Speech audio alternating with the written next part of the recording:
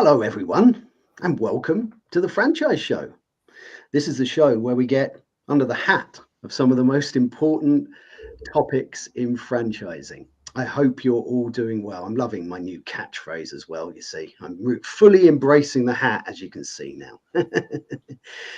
Anyway, I hope you're all well. This is the Franchise Show. And what is the Franchise Show? This is a show, as you can guess, it's about franchising. But if you're a franchisee or a franchisor, or if you're an entrepreneur, then this is a show that hopefully will inspire some thought, some questions, some conversation. And what do we do each week? We take a different topic and we take a lovely guest. And we've got a lovely guest this week, of course. And this show is always driven by our wonderful community that are here. So if you are here, put up a comment. We will always recognize you, and get involved in the conversation, because this is about you and what you would like to get from it. So I love the comments that come up live, so please put those in. So today the topic is franchise fame, and we have a guest. And we have a very appropriate guest for this one. Somebody who's written a book. There we go. I have the book signed as well. It gives me great pleasure to welcome Dani Peleva to the show. Welcome to the Franchise Show, Dani. Great to have you here. Thank you. Hi. No problem at all. Perhaps we could start with you explaining a little bit your journey into franchising and what's got you to starting your business and writing your book on franchise fame and marketing. And I'm going to put a few people up on the screen. Thank you. And hi, everyone. Good to see so many people joining the live. Nice to see you. Familiar faces, some familiar faces, and some new faces in franchising. But to tell you more about my journey, it started probably about 15 years ago. And I used to work for a franchise, a big franchise. I headed their marketing and branding department. And this was my first touch to franchising. I had no idea what franchising was beforehand. And it used to be a big contractor business it generated leads in the home service improvement sector. And it was contracting out all the jobs to various different contractors. And of course, we were struggling with quality, with delivery of the jobs, with contractors running late, and that was damaging the brand. So the business decided and that was a life-saving decision for the business to franchise out and to move to the franchising model. And I was with them while they franchised out. And I saw the benefits of moving from a contractor-based business to franchising, and how it completely saved the business, grew the brand exponentially, and so on. So that was the first time I actually heard about franchising and understood what it was. And it was a great experience. 6 years in the job, I decided to then resign, because I felt I had plateaued and I wanted to learn more about marketing in general, because marketing was always my passion. So I went back to uni and to do a master's degree. And because tuition fees are so high in the UK, someone had to pay for that degree. So I decided to invest my savings into buying a franchise. So I became a franchisee then. And I ran my franchise for a few years. That was successful. It paid off for my degree. And when I graduated from university a few years later, because I always had a passion for marketing, I thought, hang on a minute, I don't think I want to do this forever. I decided to sell my franchise, and that's how the idea about franchise fame was born. Because I had seen both sides, franchisor and franchisee. I've felt the frustrations. I've seen the benefits and challenges of franchising and what marketing either sides needs. And because of me being a marketeer from the very start, I thought, hang on a minute, I think there's a gap in the market. An agency that actually delivers great marketing services, but it specializes in and understands the franchising model. So that's how Franchise Fame was born. Fantastic. Thank you for that lovely introduction. And before we get into the conversation, let's recognize a few people who have joined us. So we have the wonderful Natalia, former guest on the show, a legal beagle or beaver or whatever the term is. But anyway, a real expert. It was fantastic to have her on and lovely to have you here in the comments, and looking forward to hearing your thoughts on how we can promote, market, and make our franchise brands famous. So we also have the wonderful Penny Hopkinson. Great to have you here, Penny. Looking forward to hearing your thoughts on all things marketing. Look at me trying to multitask and talk at the same time. Anyway, Penny has a wonderful book, and let's see if I can get this right today, Penny, because it's always the wrong way around. Is it the right way around? It is. Penny is one of our wonderful sponsors. It's fantastic to have you on board. A terrific book and an amazing service you do. Scan the QR code, please, to find out all about Penny. So who have we got next? Let's have a look. And we've got the wonderful Nick Plevan, another one of our sponsors. Look, I'm going to have to multitask again now. Thank you, Nick. Great to have you here, Nick. Really looking forward to hearing your thoughts as well as we get into this conversation, as to what franchise fame and and how that affects your business as you become more well known. Let's have a look. We've got Neil here. Great to have you here, Neil. He's put, "Hey, franchise peeps." Good terminology there. Not sure why, but I'm always having to say it's Neil. Well, why not? That's it. Put your name twice. But it's I'm glad you did, because it doesn't come up for some strange reason. Let's have another look who we've got. We've got Johnny Joseph. Fantastic to have you here. Regular on the show is Johnny from Los Angeles. And he's put, "Good day, franchise folks, from a warm and ever sunny Los Angeles." Well, I wish it was ever sunny here. It's not. It's cloudy and raining, Johnny. So don't rub it in. Good to have you here. Looking forward to hearing your thoughts. We have the ever wise Simon Wise. Good to have you here, Simon. I'm sure you've got lots of interesting things to throw right at me, and looking forward to those as ever. And look, we have one coming up, so we will get to that in 1 second. And Penny has also put, "Yay!" if I've read that correctly. Great to have you here, Penny. Let's jump straight into a question from Simon. Simon's put, how marketing savvy are UK franchisors compared to others? Yeah, it's a good question.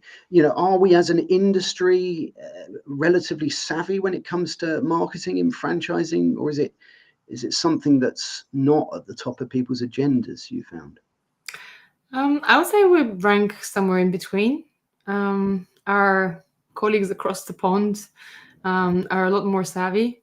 Talking about, because we do a lot of work with the US franchising sector, we can see there that a lot of franchisors are prepared with to do more. And of course, a lot of us here in the UK know about marketing, know how important it is. And franchisors are more and more utilizing new technology, innovation. But there's a lot more room for improvement. And the difference comes from the majority of the franchisees understanding how important marketing is, educating the franchisees within the network that it's important to collect marketing royalties and a marketing fund, and that fund to be utilized in the right way for the benefit of the whole network. But yeah, the UK franchisors know about marketing and how important it is. It's just translating that value to the franchisees and getting them on board so that they can increase their marketing spend and understand that for every pound spent, they get pounds in return, and not see it as a cost directly. Yeah, absolutely. To not see it as a cost is a really interesting way to look at that, and I think a really relevant way to look at it. You know, you've got to see a return on objectives, perhaps, rather than a return on investment. I remember that always been spoken about at exhibitions in the past. It shouldn't just be a strict, we've spent this, how much we got back directly from doing that. There's a lot more to it than that. Let's have a little look, because we've got one other person we definitely need to recognize, and it's Ed Purnell. It's great to have you here, Ed. Ed provides some fantastic things within the industry, particularly his franchise innovation think tank. A great thing, and I also enjoy his socials as well. So they're always good before the exhibitions. So great to have you here, Ed. Looking forward to hearing your thoughts. We have another question coming up from Simon in a minute, and another question here. Let's just recognize the fact that we've got Jitin here. Jitin was a franchisee, aged just 22, former guest on the show. Fantastic chat, full of ideas. Always good to connect with Jitin. He's put, hey, Harvey, Dani, and franchise friends. Great to have you here. So we've got a couple of questions coming up, one from Simon and one from Johnny. Let's take one from Johnny first, because Simon went first. And Johnny has put, what recommendations do you have? First, marketing programs that are actually measurable in terms of results. It's a good question, and we've spoken here about the fact that that they are difficult to measure, some marketing activities, but I suppose it's switching it around from investment and a monetary return to a return on an objective of some sort that's perhaps easier to measure. How would you answer this one? Well, franchise marketing can generally be divided into two main streams. On the one hand, marketing the franchise so that you can recruit new franchisees and sell new territories. And on the other hand, franchise marketing for the entire network, existing network. So local marketing, attracting leads for the existing franchisees. And for each of those directions and objectives, you have different marketing programs and campaigns that you can launch. But if I had to pick one that's very easy to measure and you can see a great return on investment in an objective, that would be local SEO or local marketing through Google My Business, only because that focuses on the businesses that have a physical location and service a particular area. And of course, that is a franchisee. That's the ideal explanation of a franchise business. So utilizing the potential of your Google business profile, and I open a bracket here, every franchise should have a network of Google business locations, so Google business profiles. And if you're a franchisor or a franchisee and you don't have that yet registered, you need to act on it. It's a free tool that Google provides for local businesses, and making sure that you use that Google listing and that Google listing is discoverable in local searches. So for example, if someone searches for pizza in a particular location, let's say Pizza Manchester or hairdresser in Notting Hill or whatever the service your franchise offers, that listing should be visible on there.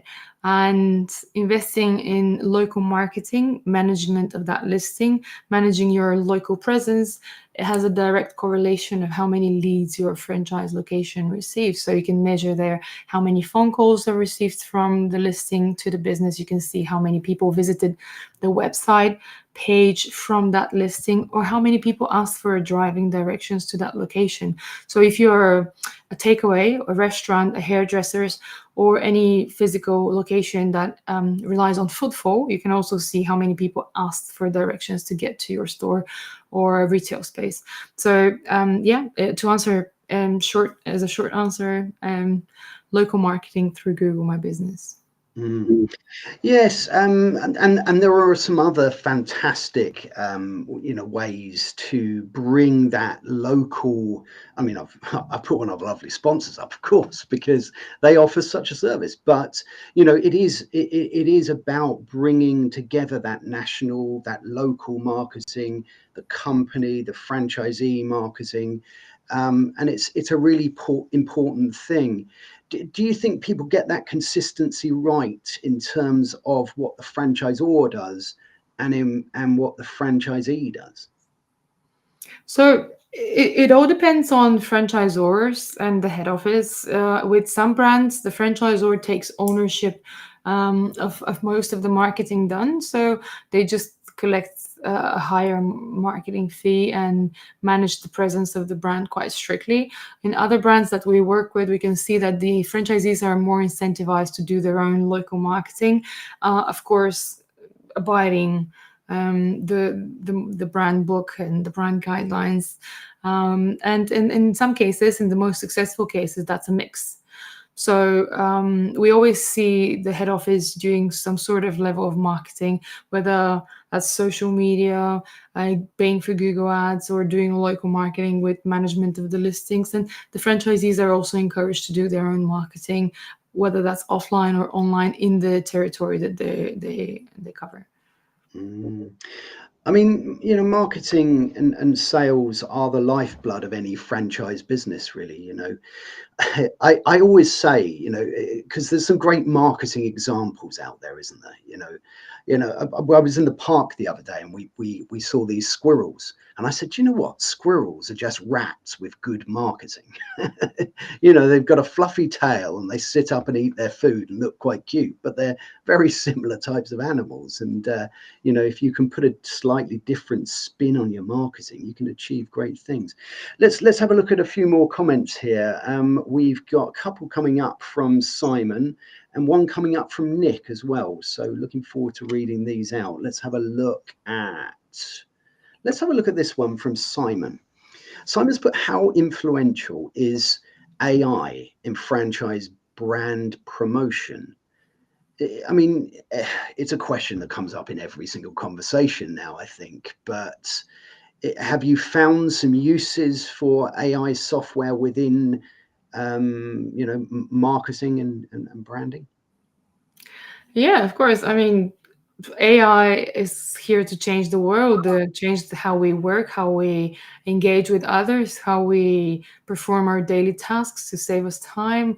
A lot of people compare it to the Industrial Revolution that came to move people from the fields to the factories. And now, AI is here to change the world and be as influential. So, of course, it has a very big impact on franchising as well as franchise marketing. A lot of new tools are coming up that help you with your content ideas and content marketing, research tools that do lead generation and automation of lead campaigns, email marketing campaigns, chatbots on your website.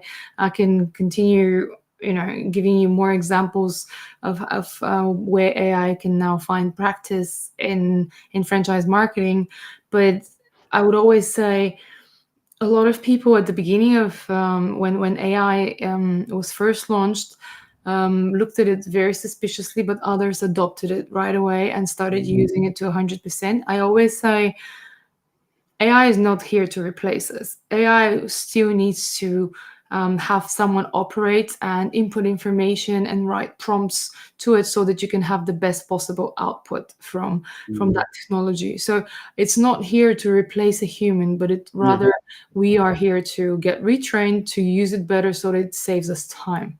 So using AI to save us time in terms of analyzing big blocks of information and summarizing it, writing social media posts, so researching ideas for your blog topics, for your blog, and so on, is the perfect way on how you can save yourself time.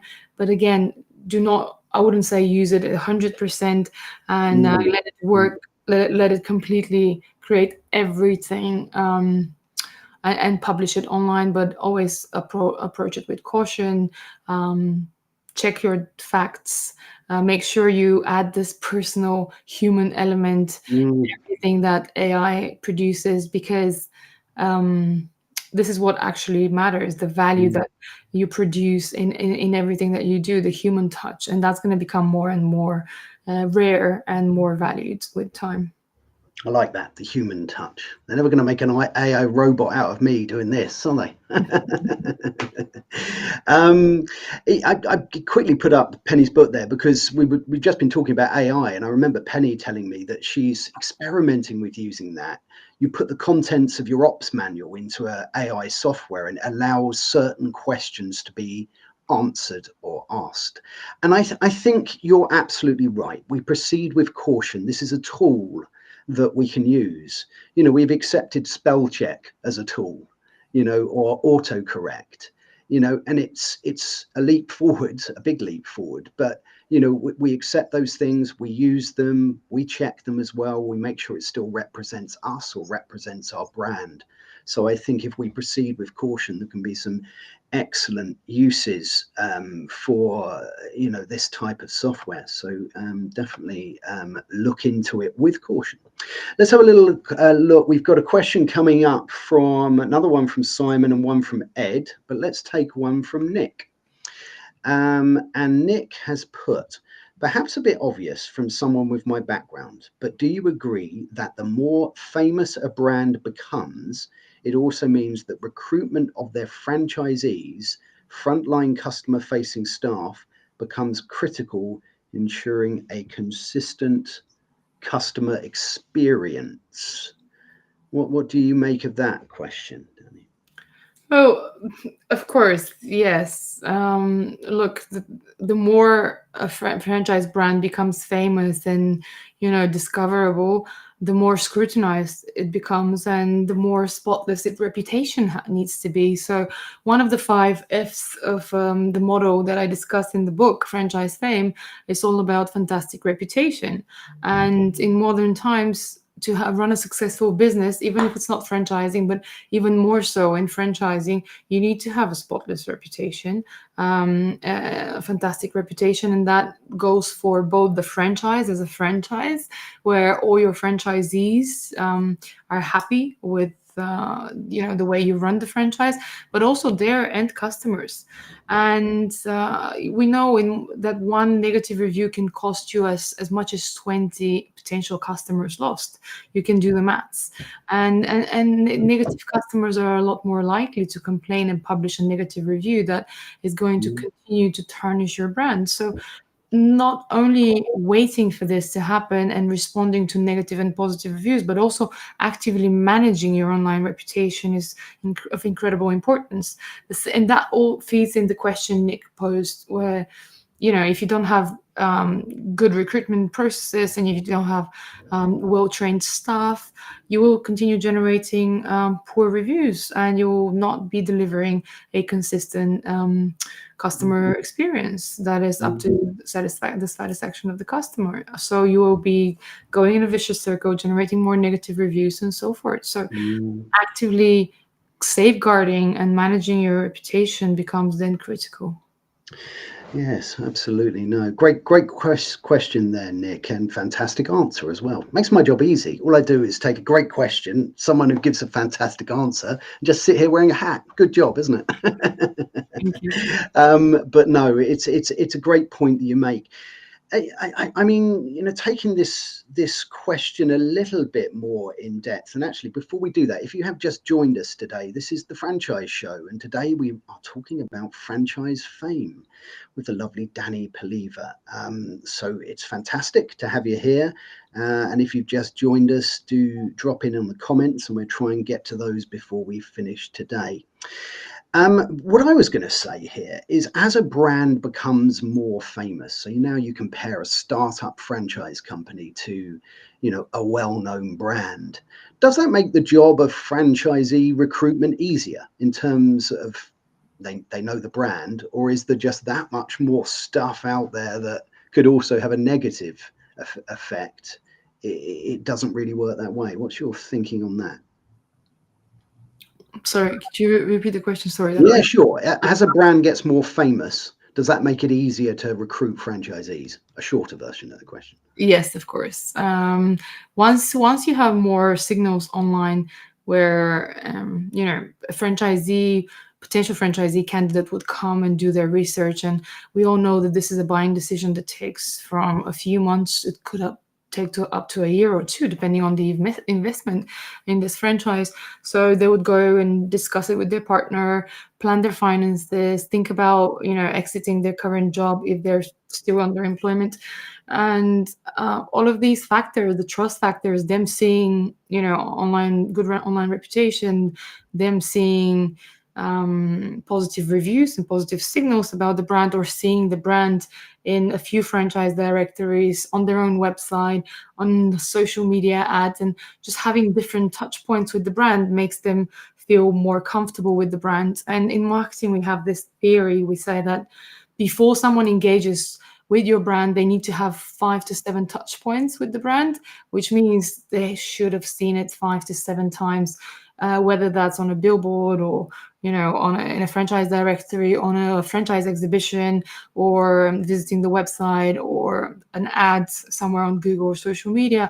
That creates trust and recognition of the brand, and only then psychologically that person feels more comfortable to contact you and to invest in you.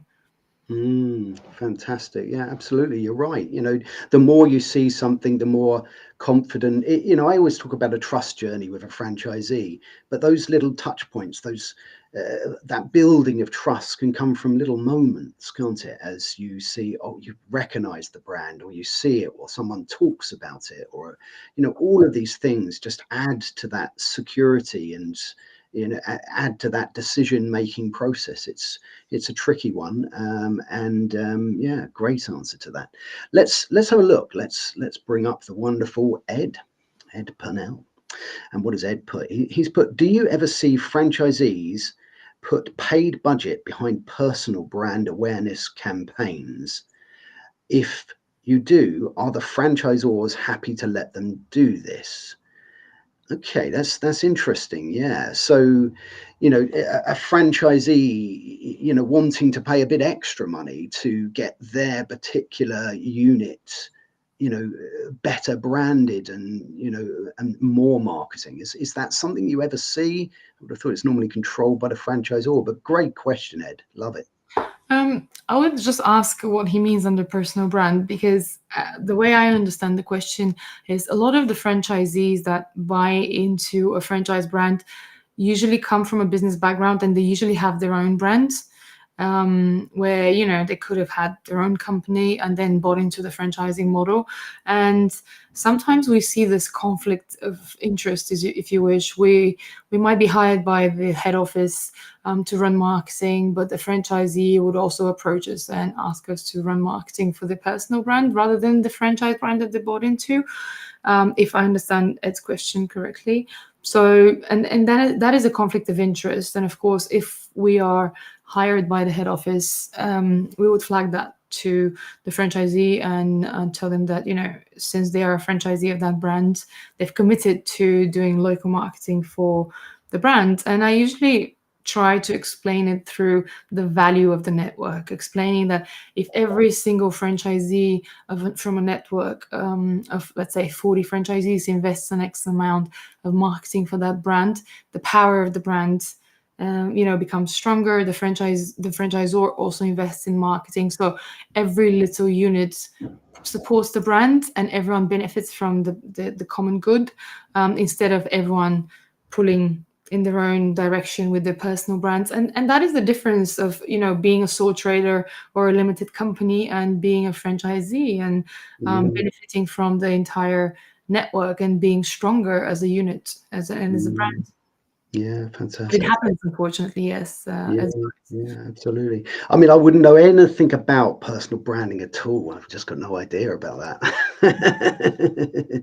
Let's have a little look. What do we got? We got a question here from Jitin. Jitin's put, Dani, what has constituted to a franchise's fame aside from marketing? Do you feel a franchisee needs to put in just as much effort as the franchisor to get the franchise on the map? Is it a joint thing, or is it led, do you think, by the franchisor? Yeah, good question, Jitin. It's 100% a joint effort, and it's a partnership. That's why we always say, a franchisee doesn't buy into a model, the franchisor doesn't sell a model, but they come into partnership together because they become co-reliant and codependent. So the franchisor and the big brand depends on the network of franchisees, but the franchisee also depends on the franchisor, and that's the idea about that type of partnerships and business relationship, where the franchisor may lead and might give guidelines in terms of branding and what is has been successful over the years, how they built the brand, what the vision was, and so forth. But the franchisee also operates their business on the territory that they've been entrusted by the brand. So it is absolutely 100% a joint effort, and not only from a marketing perspective, but more so from a marketing perspective. The franchisor has a budget for marketing for the entire network, but that's only the beginning, and then the franchisee should also chip in and match that or double it at least, so that the franchisee is also successful locally. And that is applicable not only in marketing, but in every effort that they should do, recruitment or anything else. Yeah, you're absolutely right. That importance of aligning both local marketing with the franchisor's more national approach to it is just so important, and a great point. And talking of that, we have the wonderful Jason Kaber of SeoSamba with us. SeoSamba produce a lovely list of franchise influencers every year as well. I wonder who's on that. Great to have you here, Jason. Fantastic to see you. And please scan the QR code to find out all about what Jason does, because it's just what we've been talking about. I'd like to bring up a question here from Johnny, because this is a good one. Johnny's put, can you share any examples of franchises having to recover from infamous incidents? That's tricky for me to say, through marketing. This is a great question. We all go through as companies negative and positive moments, and marketing is a really powerful thing to get us through both of those things. Have you had some good examples in your past of a marketing strategy that's helped somebody overcome a challenge?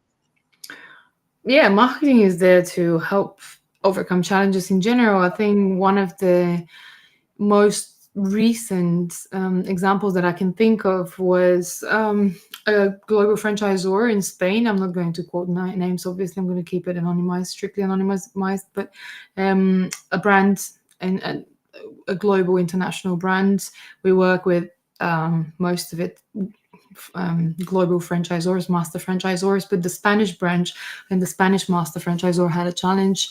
One franchisee had gone rogue and had left the brand, and there was a legal dispute. And what that franchisee did that reflected the brand really poorly was they contacted a few media outlets and a few journalists and wrote a really negative article about the franchise in that country.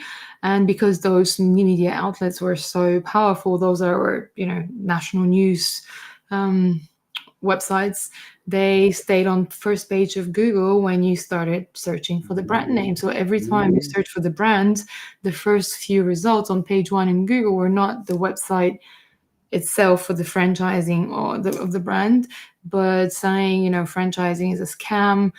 This and that brands are scammers. Do not ever buy a franchise from them. And you can imagine what the consequences of that were. That stayed 3 years online. So then they came into contact with us and asked us, what can you do about it? And can you clear our reputation? And that's the online reputation management in the franchising sector. And with joint efforts, we managed to push those results further down on page one in Google. And we positioned fresh new websites and articles and publications about the brand, so that the negative results rank on page 2 in Google. So, whether you're going to launch a Google ad campaign so that, the first few results are not negative immediately for the brand, but marketing can help you with like, just navigating through difficult times, whatever they are. And in some cases, it could be a franchisee that's trying to, tarnish the brand because they left in an emotional state. In other situations, it could be a recession, a pandemic, or just difficult times for the business. And marketing is a tool that helps you navigate through difficult times if done right. Definitely. Great answer to that question. I'm going to self-promote quickly, if that's all right. There is a lovely QR code on the screen right now, and I've got a new thing coming up, right? I've got some lovely badges that are shaped like little hats.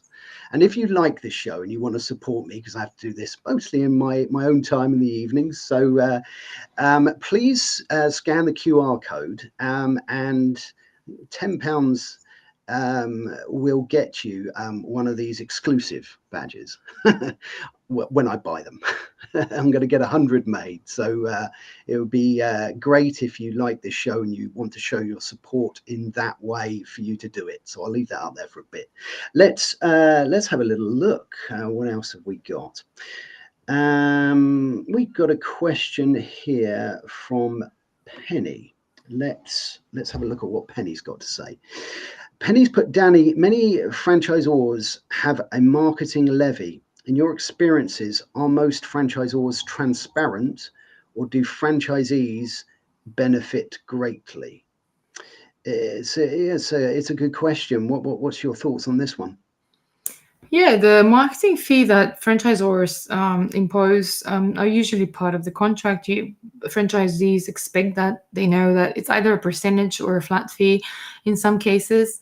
And the majority of franchises do have a levy, but I've only seen a couple in that many years that actually don't charge a marketing fee, and that wasn't great, and it didn't go very well with their marketing plans and strategy.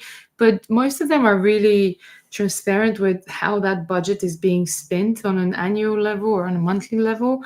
How we usually do it when we come into contact with a franchisor, they tell us what their marketing budget is and what they're looking to achieve and where they feel that they have challenges. Then we analyze the franchise marketing completely for all channels, whether that's the website, the lead generation for the franchisees, franchise recruitment strategies, content, blogs, social media presence, and so on. And then we propose solutions that are going to take them to where they are, to where they want to be. And for franchisors to prove the value of the marketing budget being well spent, they usually invite all franchisees to a monthly meeting where my team or myself including would update the franchisees on how the marketing spend was used and what results were achieved. So there's direct transparency between the vendors that are utilizing the marketing budget and the franchisees, and every franchisee knows what has been done for their business and for their location month on month. That transparency is really important, isn't it? If you're paying for marketing, you really want to know exactly what it is that you're going to get for that payment. So a great question there, Penny.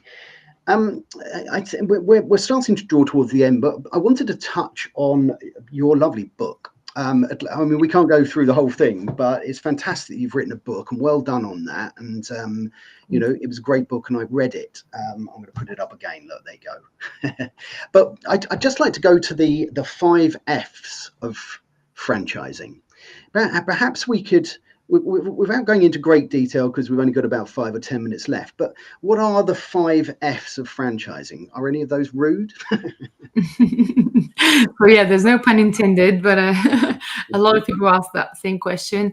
So the 5 F's are the 5 pillars that we use to evaluate how a franchise is doing in terms of their marketing strategy.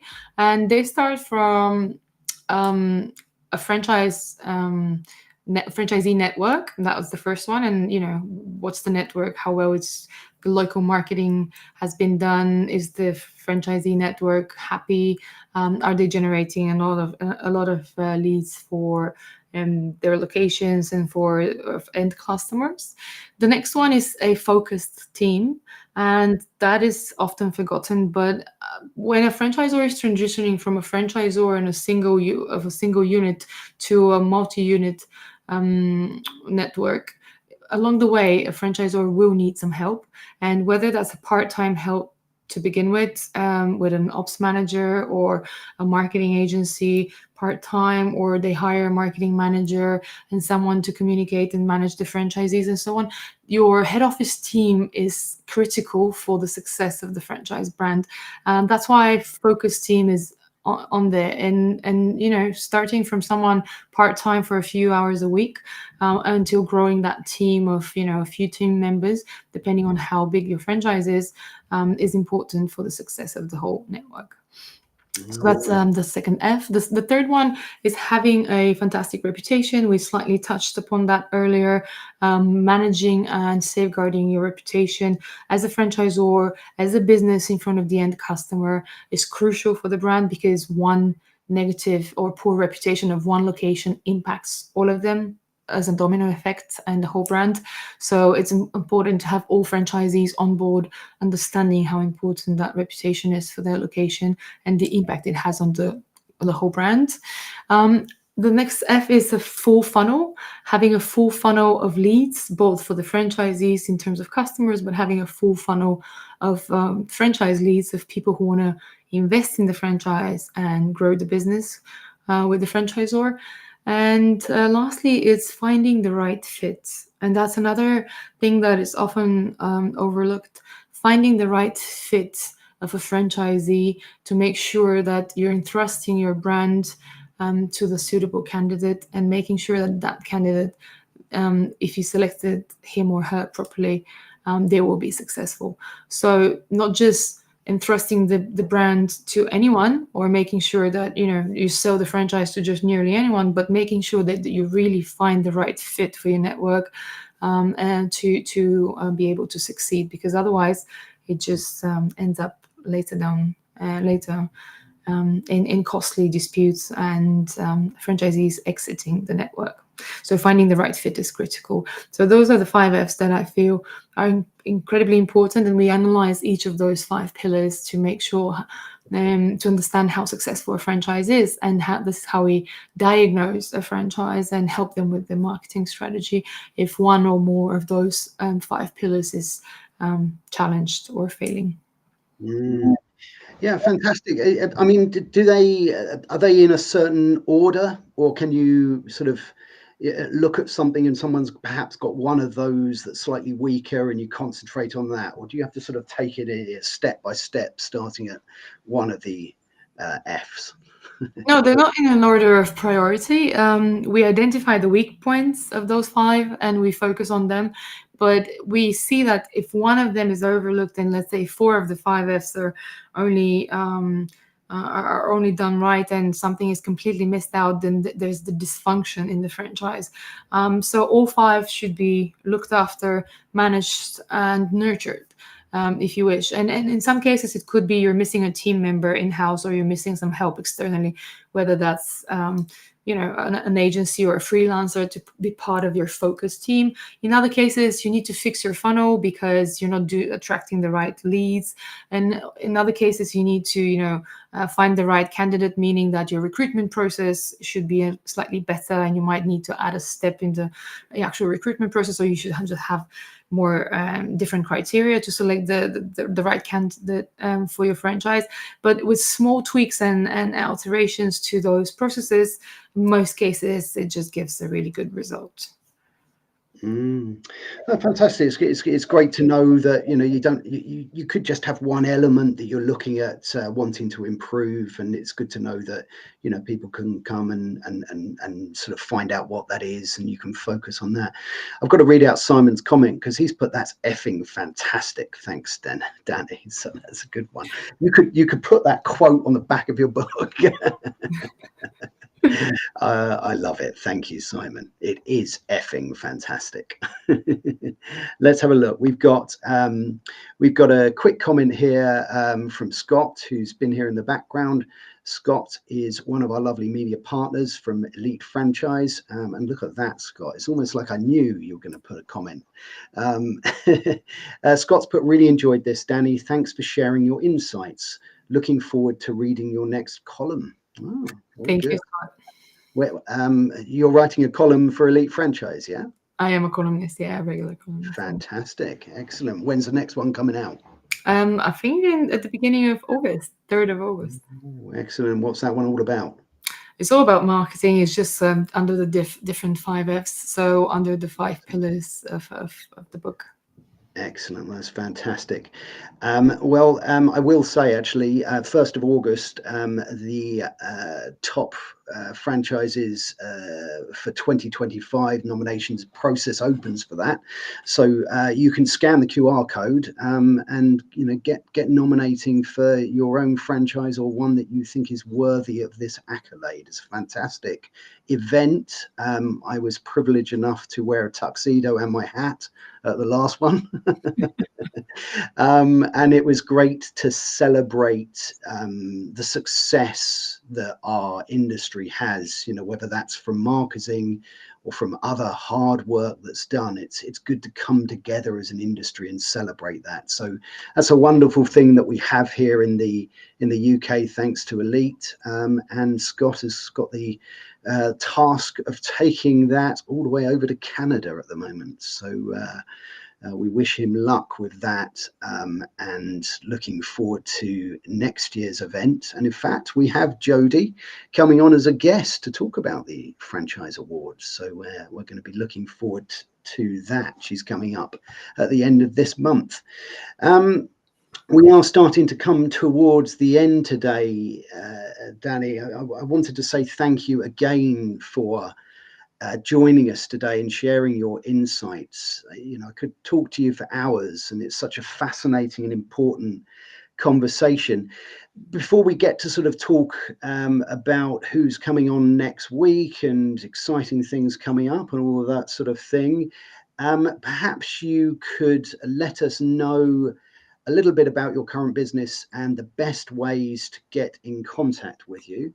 And while you're doing that, I will put up a lovely QR code that will take people to your website as well. But if you could explain and direct, that would be perfect.